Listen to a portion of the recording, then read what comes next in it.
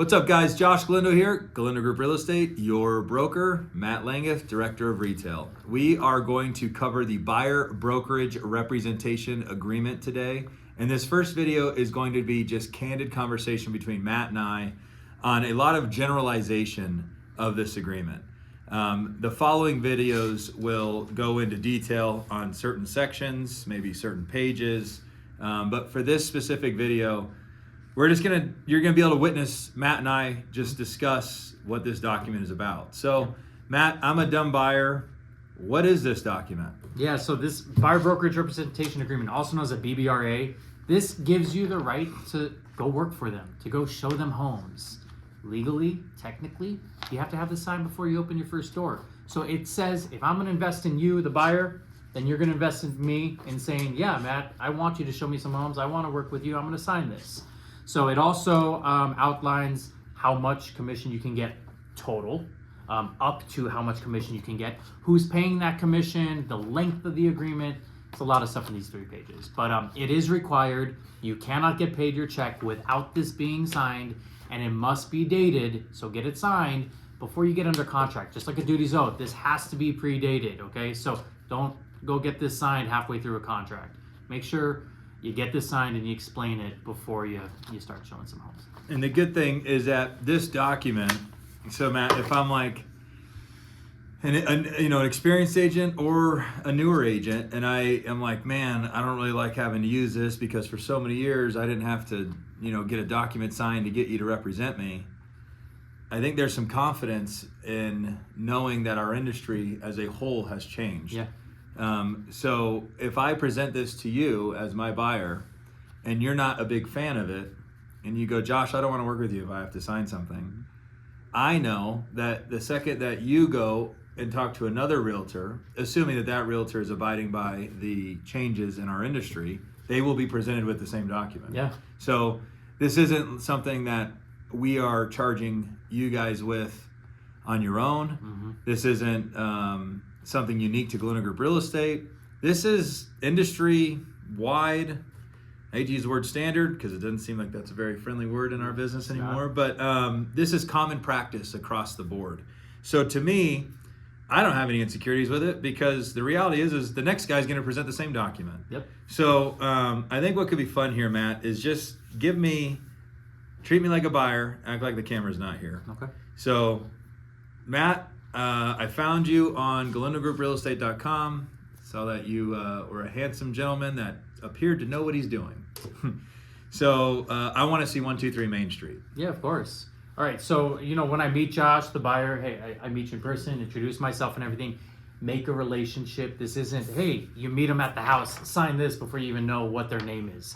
We're in a relationship-based business, not a you don't know who I am, make sure that I get paid kind of business. So after you get to know me and you know who I am, I'm gonna pop this out. I'm gonna say, listen, now that you know what I do as a realtor, how I'm gonna represent you, I need to get this document signed. It can be exclusive, it can be non-exclusive.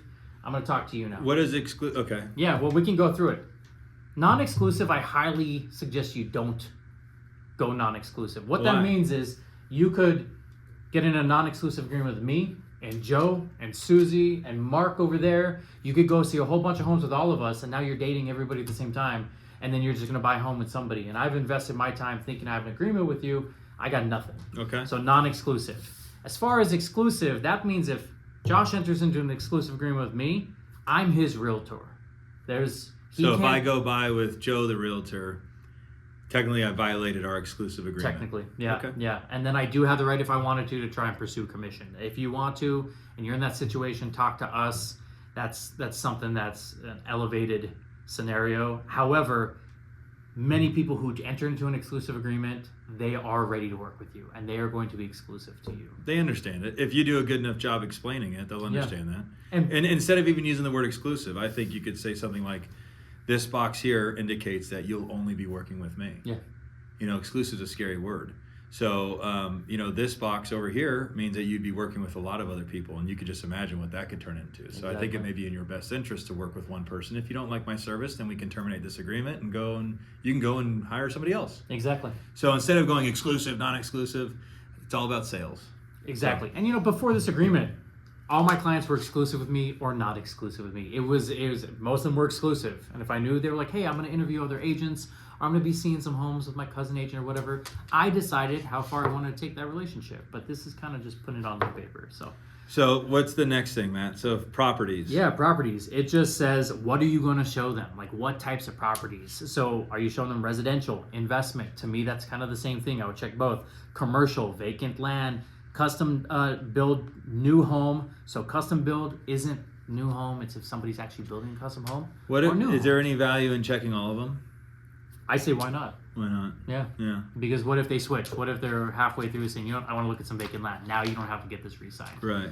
Or a new home or a custom build or, yeah. Yep. Okay. You check them all. Applicable cities. Why not put Las Vegas, Henderson, Pahrump, Boulder City? Kind of covers everything, unless you're going to go outside of that. Okay. Other descriptions. You know, it says geographical areas, zip codes. You don't have to get crazy. I put all areas of Clark County, Nevada, or all areas of greater Las Vegas and Henderson. So it's whatever pertains to you and that client. So stick with me here. So now let's just jump over because we're going to come back and get into detail. So buyer brokerage compensation. So Matt, how much do I owe you? If I sign this, what do I owe you? Yeah, I try to work for 3%. 3%. So I'm going to check the first Okay, box. if I don't have the money to pay you 3%, what do I do? If you don't have the money to pay me 3%, in this market, usually, most of the time, the seller's going to pay me. And whatever we can negotiate with the seller, as long as that's the home of your dreams, and you want that home, I'll negotiate something with the seller that I'll be happy with. So worst case scenario, because what I'm telling you right now, Matt, I'm buying $1 million home. Yeah. I'm not writing you a check for 30. No, you don't have to. Okay, so if we put 3 in here, that empowers you to be able to go and ask for that. Exactly. Okay, and then you and I will have some separate agreement, I'm assuming, here on the back. Yep, it'll be on the very last page. Yeah, in the event that the seller doesn't pay all of your commission, we'll sit back down and talk it out. Yeah. Okay. Either you and I can renegotiate, we can talk it out. If you're, and I'm looking at the camera now, if you're in a situation, and I know it's happened, where a buyer is talking like Josh and says, listen, Matt, I'm not paying you $1, like at all. I want you to be my agent. But if the seller doesn't pay you anything, I'm not paying you. Either I don't have it or I'm just not doing it. As long as you're okay working and getting in that situation, you put on the last page, only source of compensation will be from seller. Buyer's not responsible to pay buyer's broker any commission. I've done that. Repeat that one more time. That was spoken quickly, but I just want to make sure they hear it. No, you're right. Only source of compensation will be paid by seller. Buyer is not responsible to pay buyer's broker any form of compensation. Now, when I put that in there, and I've had to do it a few times, I'm putting myself at a little bit of risk that we go find a home, the seller says 0%, we counter, the seller says 0%. I look at you and say, seller's paying me nothing. At that conversation now, you're either going to say, Matt, I need you to work for me for free, or Matt, that sucks, but I really want that home, let's talk. But if I put that in the additional terms, now everything else in this agreement, it has no objection. No force or effect, really. Yeah. Right, because, okay. So that's really comforting, Matt. Thanks for explaining all that. So I don't care. If you want to put 10% in there, have at it. Exactly. Go to bat. But if they don't pay it, then you and I got to sit back down and talk it out. Of course. Okay, and then I see there's another box here. Let's just play house. You know what? I could pay you 10. You know, maybe there's a flat fee because I'm buying $1 million home. 3% would normally be $30,000. Maybe I'd be willing to give you a flat fee of 10. Does it make any sense to fill that one out? I don't think so, because if we can get the seller to pay me at minimum the 10 or more, then we're just going to have the seller pay me. So don't worry about exactly. Yep. Okay, and then do I need to pay a transaction fee? I hear all this different nonsense about these stupid brokers wanting to catch their share of the action. Do I need to pay you a transaction fee? Yeah. So my broker does charge a transaction fee. It's based on the sales price. Okay. And I can't waive it. So if you don't pay it, it does come out of my commission. And well, I don't want you paying that. Yeah. So there's 2 ways we can do this. Is number 1, you could pay it. Okay. Or number 2 is we could try to get some closing costs. And then so roughly, let's say it's a $500,000 house. How much am I on the hook for? $695. Okay, I'll pay that. Sounds good. All right, so then you'll be able to put that in there to say that, to reflect that? Yep, we can put that on line 38. All right, let's play house for just a second. You show me my dream home, and then I find out that you just are not the agent that I want to work with. Mm-hmm. And then I cut you out of the deal because I have the right, is my understanding after I read this, that I could cancel this at any moment. So I cancel this deal, and then I go to that seller and I write an offer. What happens? Yeah, well, okay, so if you look here, if I show you the home, I find the home, I show it to you, and then you decide for any reason you don't want to work with me, you're going to cut me out and go directly to the seller. Yeah. Right here, within 30 days, if you've seen that home, I do have the right to go back to you and say, hey, I'm the reason you found that house, so I'm doing some kind of commission. So, and that 30 is just something you and I will discuss and, Yeah. and figure out. It could be 60, it could be 5 days. Yeah. It's negotiable. It okay. is.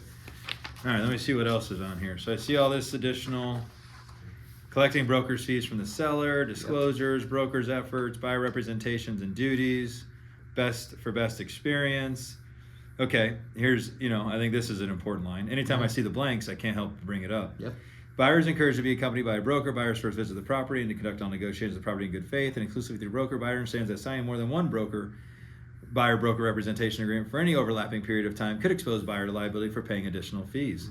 Interesting. So if I do sign more than one of these on an exclusive level and I go buy a home, there's a good chance that I could be on the hook for paying a commission to these 5 different people. Yeah, well, remember, when you're... So it's important that I don't enter into another one, and then I communicate to you that I haven't entered into any others, right? Yes. Okay. And by the way, if you're in one now and you don't want to work with them anymore, and that's why you're talking to me, you have to go cancel that one first. Okay. Because if you stay in that one and it doesn't expire, and you get in one with me, and you buy a house with me, that agent could say, you're in agreement with me. Okay. And so that's why it says you could be liable for multiple commissions. Jeez. So. Okay. Yeah. So that's an important line too. Yep. That's number 8, section 8, line 35. Okay, let's see if there's any more blanks.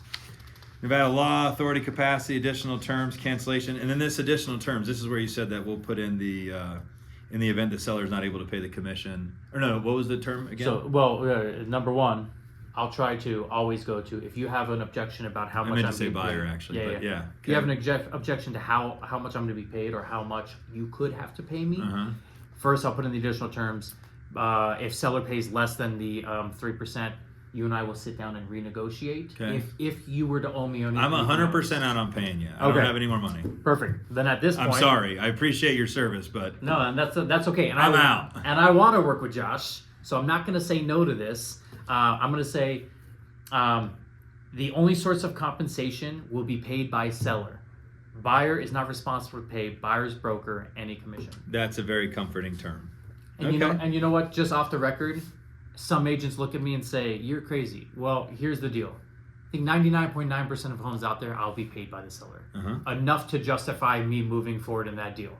Number 2, if I got across that one snowflake in the avalanche that was 0%, and Josh says, "Matt, I'm praying about this home. That's my dream home. I can't let this home go. And I love you, Matt, but I only got $1 to pay you."